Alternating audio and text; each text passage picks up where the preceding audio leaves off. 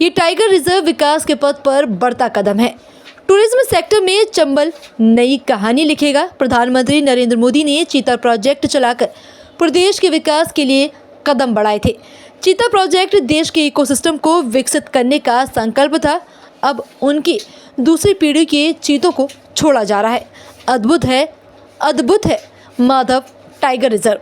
CM doctor Yadav ने कहा कि घड़ियाल, भालू, तेंदुआ, गिद्ध, भेड़िया जैसे जानवरों से चंबल क्षेत्र भरा हुआ है। ये टाइगर रिजर्व अद्भुत है। यहाँ टाइगर और इंसान के बीच परस्पर मेल दिखाई देगा। इंसान अपना काम करेगा और टाइगर अपनी जीवन शैली जिएगा।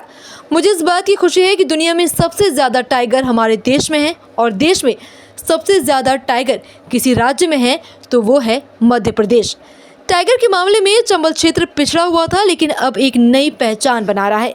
खास बात यह भी है कि आज स्वर्गवासी माधवराव सिंधिया की 80वीं जन्म जयंती है। विकास के मामले में उनकी अलग ही पहचान है।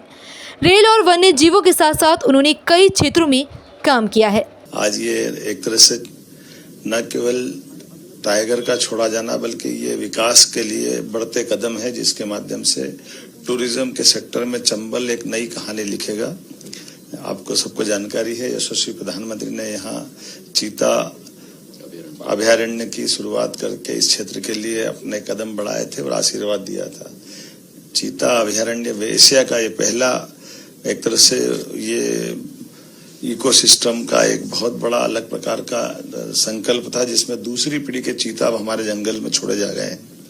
इसी प्रकार से चंबल में घड़ियाल, भालू, तेंदुआ, गिद्ध, भेड़िया, सभी प्रकार के वन्य जीवों से आसाद एक तरह से आप्लावित ये पूरा क्षेत्र न केवल सह अस्तित्व के हमारे उस पुराने सिद्धांत को प्रतिपादित करेगा, जिसमें हम मनुष्य के नाते से सभी जानवरों के बीच अपने अपने टेरिटरी में अपने अपने जीवन को जी करके अपने निर्धारित कर्म को करते हैं।